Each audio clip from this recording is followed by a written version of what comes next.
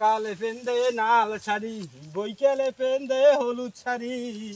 আইতেরে বেলা বৌমর mace কি সারা তা হাতটা না অষ্ট শতানি করি চল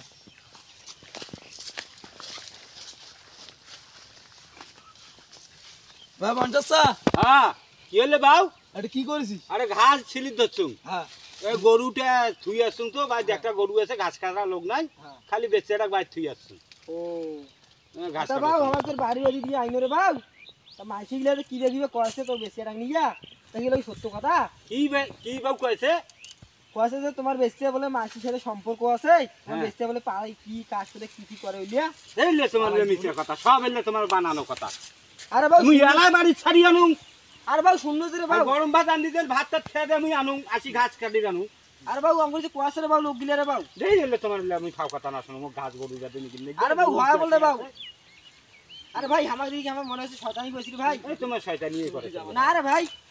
দেখিস তো দেখিস হয় নাকি রে এ বাবা মঞ্চাসা আর কি হলবে কি হলবে তুই তো বিয়ে কই নাই ভাই হেই মোর খেলে নাই মাথা দেখ হলা হেলা